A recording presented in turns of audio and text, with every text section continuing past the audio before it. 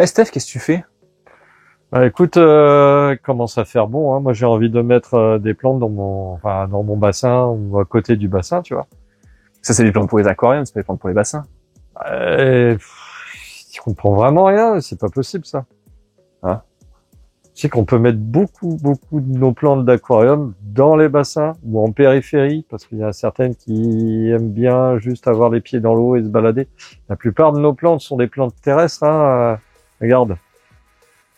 On les cultive pas dans l'eau. Oui, clairement, elles ont les pieds pas uniquement dans l'eau, ouais. Voilà. Donc du coup, on peut prendre les plantes d'aquarium pour les mettre À la dans le belle bassin. saison, ouais. Carrément. Tu m'expliques ça un peu? Bah allez, on y va, hein. Allez, j'arrive.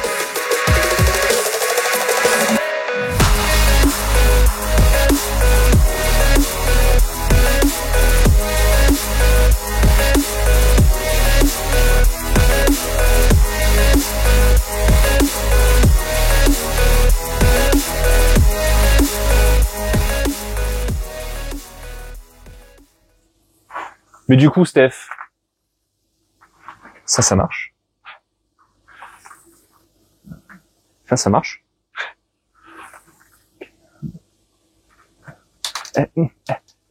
Oh, ça marche. En fait, toutes les plantes marchent. Parce qu'un aquarium, qu'est-ce que c'est? C'est un récipient avec de la 5 morceaux flotte. de verre avec avec un Voilà. joint et de l'eau dedans. Souvent. Et un bassin, c'est quoi? C'est 5 côtés avec de l'eau dedans. Voilà. Donc, à partir du moment où tu as de la lumière, Ouais. de l'eau, Ok. un peu de sol, Ok. ou voire des fois pas besoin de sol, juste dans le pot, ça marche. Ok. Par contre, il faut la température. Ah. Voilà. Si ça gèle, tes plantes, à 3/4 qui vont fondre, etc. Comme mes plantes d'intérieur, si elles sont à l'intérieur, c'est parce que dehors, à l'hiver, elles vont pas aimer. Voilà, elles vont pas aimer parce qu'elles vont être trop arrosées, trop dans le vent, trop au soleil, trop ci, trop là, patati patata. Donc, en fait, toutes les plantes d'aquarium pourraient aller dehors dans un bassin. Sauf que, il y a le facteur température qui est assez limitant. Pour les plantes palustres, donc c'est-à-dire des plantes qui vont avoir les pieds dans l'eau, mais les feuilles à l'air, il va y avoir certaines expositions à respecter. On va éviter, par exemple, le plein soleil qui va cramer carrément les feuilles. On va éviter un peu trop de vent, etc., etc. Donc, il faut un petit peu placer les plantes correctement. Et surtout, penser à un truc, c'est qu'après l'hiver revient et qu'il y aura certaines plantes qui ne tiendront pas l'hiver. Donc, il faudra les hiverner chez vous à nouveau dans vos aquariums, ou un petit poubellarium intérieur. Oui, ou les rentrer juste à l'intérieur, effectivement. Un peu comme Voilà. tu fais, toi, par exemple, avec tes guppies. Ouais. Belle saison, tu les mets, ça se reproduit, t'en as plus, et tu les rentres. Après, je les Pour rentre. l'hiver. Voilà, exactement. On fait pareil avec les plantes. Exactement. On va juste récupérer, en fait, l'avantage de l'extérieur. Comme tu disais, d'avoir une meilleure luminosité, d'avoir une meilleure température, sauf que la faire artificiellement avec de la LED et des chauffages. Voilà. On va la faire avec une naturellement. naturelle. Exactement. Donc forcément, en fonction de là où vous vous situez, forcément la latitude, vous pouvez le faire plus ou moins tôt et plus ou moins tard à la fin de la saison. Nous, Donc, on il va faudra pouvoir adapter. commencer dans le sud, début avril. Ça peut... Ah, il va commencer à faire bon. Voilà. On commence à avoir des 22-25 la journée. Ouais. Donc après, Sympa. l'eau va commencer à chauffer. Les guppies, je vais les sortir, je pense. Si ça continue comme ça, mi-avril. Mhm. Dès que l'eau est à 20 degrés. Ouais, ça me semble bien, parce qu'on est sûr qu'ils s'alimentent correctement. Là où les plantes, c'est peut-être plus facile à alimenter. Tu parlais justement tout à l'heure de plantes palustres. Ouais. Finalement, une grosse majorité des plantes d'aquarium sont des plantes originalement complètement palustres. Elles sont Tout très à fait. rarement 100% aquatiques. Ouais. Et on va avoir quelques-unes aussi qui vont être plutôt en termes de surface. Ça, on y reviendra après. Ce qui aussi est très intéressant, je pense, à voir à travers cette vidéo, c'est que les plantes qu'on a dans nos aquariums, par exemple, si demain je prends mes superbes rotala, tu vois, elles ont des petites tiges, et des petites feuilles hyper pointues, belles, rouges et tout. Je la sors, je la mets au niveau du bassin, donc avec la partie immergée dans l'eau, et les nouvelles tiges qui vont pouvoir pousser du coup de manière aérienne. Voilà. Là, la forme et la couleur, elle peut complètement changer de tout au tout. Entre ce qu'il y a sous l'eau et ce qu'il y a au-dessus de l'eau, ça va pas être la même chose. Là, ça va être clair. Là, ça va être clairement défini. C'est pour ça, je pense que la rotala, c'est le bon exemple. Parce que voilà, quand on envoie généralement des rotalas, vous les recevez comme ceci. Voilà. Avec donc les feuilles qui vont être un peu plus rondes que ce que vous allez avoir dans votre aquarium. Exactement. Et la couleur qui correspond pas forcément aussi. Voilà. Donc, vous avez l'impression de pas avoir reçu la bonne plante, alors qu'en fait, vous avez reçu la bonne plante, sauf qu'elles sont cultivées hors sol. Enfin, hors eau. Ouais. Et là, généralement, ça vous envoie un petit message pour vous dire, patientez une semaine ou deux, vous allez voir, et vous revenez vers nous s'il y a vraiment un problème. Voilà. Et là, on revient très rarement vers nous parce qu'effectivement, la plante se révèle sous ses meilleures couleurs. Exactement. Si elle est dans le bon environnement. Souvent, quand on parle des rotarias aussi, on a besoin de CO2, d'injecter le CO2 dans mon aquarium. Peut-être pour que ça pousse bien. Là, si je les mets à l'air libre, mon CO2, j'en ai besoin? Non, pas forcément, parce qu'il y a toujours en fait le vent qui va souffler en surface, qui va saturer l'eau en gaz et donc saturer l'eau en CO2. Donc la plante devrait arriver à trouver son De manière osmose, quand j'ai les parties qui vont être émergées, du coup, qui vont être au contact de l'air. Ouais. Là, normalement, le CO2, ils vont le trouver. Là, il n'y a pas de souci, il y a ce qu'il faut. Mais ce qu'il y a sous l'eau, en principe, il n'y a pas trop de problème. Hein. À partir du moment où l'exposition est bonne, ça le fait. Pour voir un peu moi je pense qu'on peut voir déjà 3 plans intéressants en termes de plantes, et les plantes qui vont vivre dans l'eau dans le bassin. Ouais, carrément. Les plantes qui vont être au niveau de la surface, et les plantes qui vont être continuées en périphérie, vraiment le côté palus avec les pieds dans l'eau. Voilà, tout à fait. Le reste qui va être plutôt en dehors. Les plantes qui vont vraiment vivre dans l'eau. Qu'est-ce que tu conseillerais, toi, à sortir à la belle saison? Plus ou moins à la belle saison, même presque certaines à l'année, hein, mais. Moi, j'ai chez moi dans le poubellarium, j'ai du myriophyllum qui reste à l'année, j'ai de la bacopa qui reste à l'année, j'ai du nymphéa, lotus red qui reste à l'année. Alors effectivement, le bulbe est en dormance l'hiver, et puis dès que ça reçoit suffisamment de soleil, que c'est suffisamment chaud, hop, les feuilles sortent. Alors c'est marrant parce qu'il y a les feuilles rouges qui restent aquatiques, puis celles qui montent en surface qui sont découpées. C'est assez sympa. Donc voilà. Parce que ça va monter, parce qu'en termes de lumière, on n'éclaire pas aussi fort que de la LED. Mais ça peut rester vraiment au fond pour ce genre de portrait. On éclaire tellement fort. Alors moi, c'est mi-ombre sur ma terrasse, donc c'est pour ça que le nymphéa il démarre assez tard. Mais si on met ça en plein milieu d'un jardin, la lumière cette année, je fais le test, moi. Elle est tellement violente que voilà, le nymphéa il va. Et peut-être même ça fleurit. Oui. Possible. Alors moi, il n'y a pas assez de lumière, donc ça fleurit pas, ça c'est sûr. Mais toi, si t'essayes, une nouvelle exposition là bientôt. Peut-être ça va marcher. Voilà. Mais après il y a plein de plantes. Si vous avez des gros bassins, vous mettez des Vallisneria gigantea, elles vont s'éclater. Bon, par contre, il faut quand même du substrat sur ce type de plante. Substrat et de la hauteur, parce que sinon, on s'étale tellement sur le dessus. Voilà. Après, des coups de ciseaux et puis on résout le problème. Mais ça, c'est l'exemple type de plante qui va passer même l'année dans votre bassin. Mais tout va dépendre aussi de la hauteur d'eau que vous avez. Si vous avez 2 mètres d'eau avec des carpe-coques qui passent leur temps à troubler l'eau, ça sera des plantes un petit peu robustes, genre Vallisneria, des plantes qui sont capables de monter assez près de la surface. Si vous n'avez pas beaucoup d'eau, que l'eau c'est de la volvique qu'on voit très bien à travers, honnêtement, toutes les plantes vont y aller. Il faut juste les mettre en pot. Vous faites des petits pots remplis de terre spécifique. Vous mettez vos plantes dedans et ça pousse. Vous n'avez pas besoin de vous embêter. Je trouve des plantes, j'en ai fait un peu en shrimp moi d'ailleurs. Ouais. Après, voilà, toi t'as fait un petit truc, un petit délire. On peut mettre du sable, on peut mettre du sol technique. Bon, on va le flinguer, mais on peut mettre du sol technique et on peut mettre ce qu'on va acheter en animalerie, des mélanges exprès pour les plantes palus qu'on va mettre. En aquarium, c'est une espèce de sabot vaseux. Ça va dépendre un peu. Ça marche. Les plantes poussent dessus. Il n'y a pas de souci. Après, il va y avoir aussi, moi, un truc que j'ai fait personnellement, même si je trouve que pour le coup, ça n'a pas beaucoup d'intérêt, parce que là, les plantes que tu nous as dit, c'est des plantes qui vont pouvoir croître, se multiplier. Ouais. Moi, par exemple, je le fais avec des anubiales l'été. Comme les anubiales sont trop grosses, que j'ai envie de les tailler ou autre, que, je vais m'en faire mon décor, mais cette grosse anubiale au milieu, elle m'embête. Hop, elle fait un petit tour dans le bassin.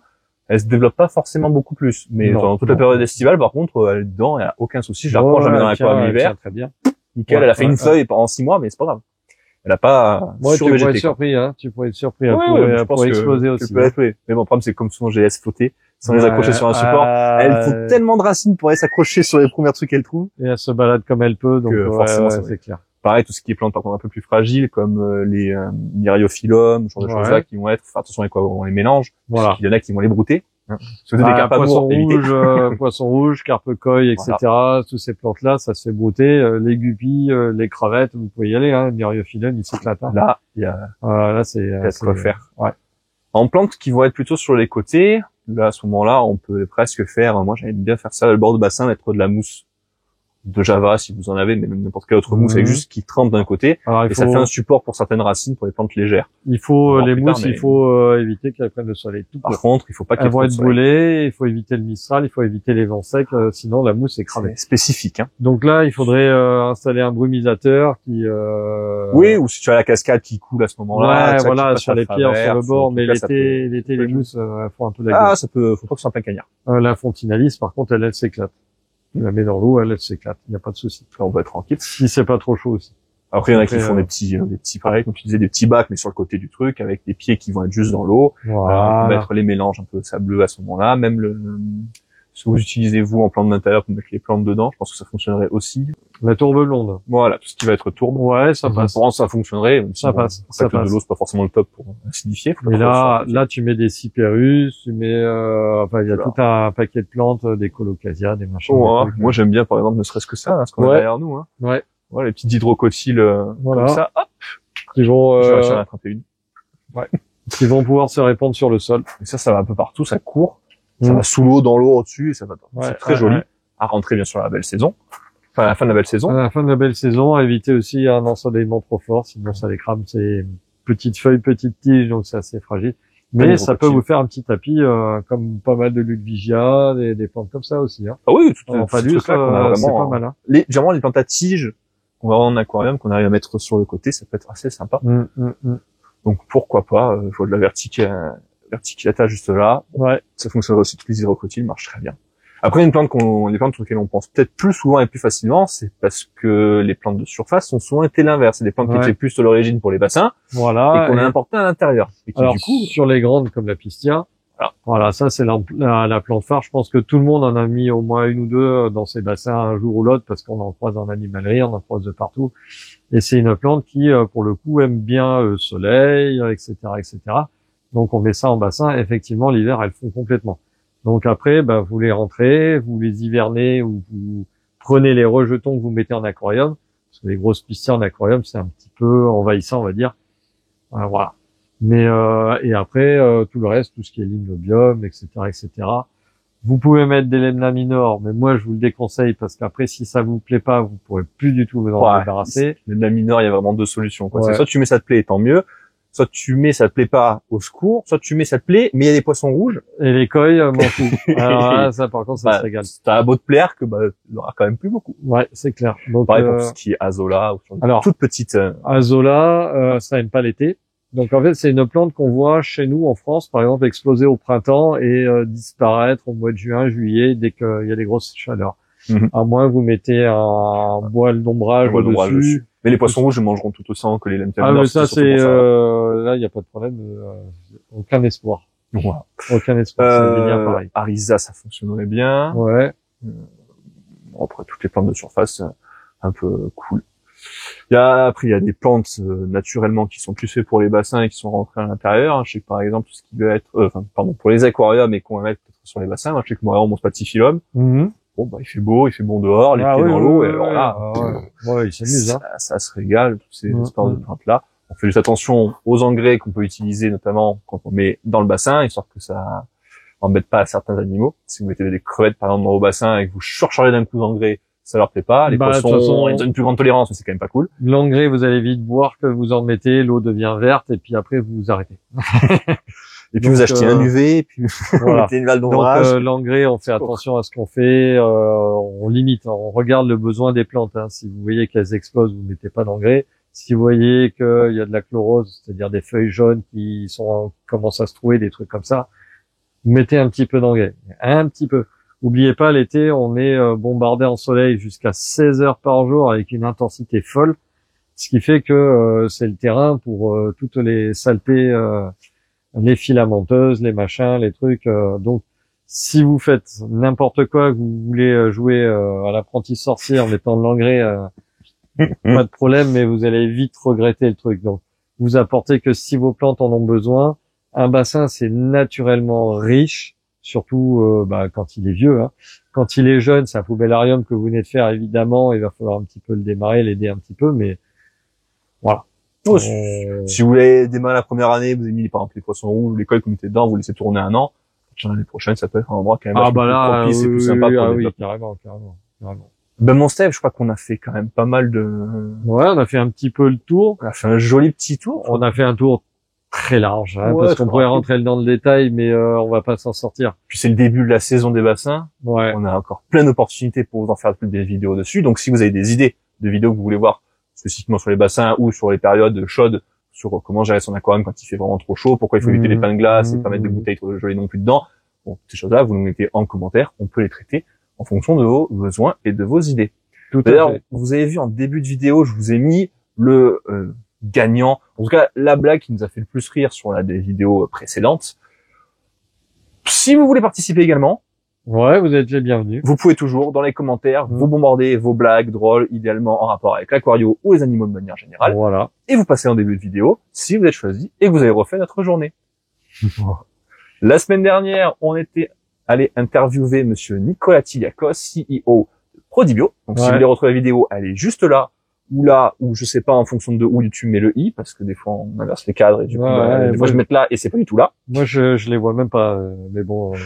Ah, parce que tu vas souvent sur ton téléphone, toi, non? Ouais. Ouais, il faut aller cliquer dans la description en dessous et tu peux avoir vidéo épinglée ou lien épinglé. Très bien. Voilà, ça vous pouvez checker, pareil, si vous les voyez pas aussi. Et puis, ben écoutez, on se dit à la semaine prochaine. Ça marche. Même heure, même endroit. On compte sur vous. N'hésitez pas à laisser un pouce bleu et à vous abonner. Un jour, on devrait faire un petit truc comme ça. Hein. Si on arrive à 1000 pouces bleus, Steph, il finit dans la cuve de la serre, trempée. Ou de l'été, hein, s'il vous plaît, pas l'hiver. Ouais, les deux. 3000 pouces bleus l'hiver. Ça doit jouer. Ouais, alors il va falloir négocier un arrêt maladie avec le patron parce qu'après je vais être malade. Alors ça, c'est pas moi qui vais dans l'eau, c'est ton problème. Donc on en reparlera. Merci pour votre fidélité, merci de nous avoir écoutés jusqu'au bout et à la prochaine. Ciao. Ciao. Regarde si on n'est pas hors champ un petit peu de temps en temps. Ah, c'est possible. Parce que moi après j'avais eu une idée aussi. Vu que t'as dit qu'il faut pas que les plantes elles prennent trop le soleil. Est-ce qu'on pourrait pas inventer une crème solaire pour les plantes? Alors ça, c'est quoi? Viens, on va bosser dessus. Oh, c'est parti. Allez, c'est parti.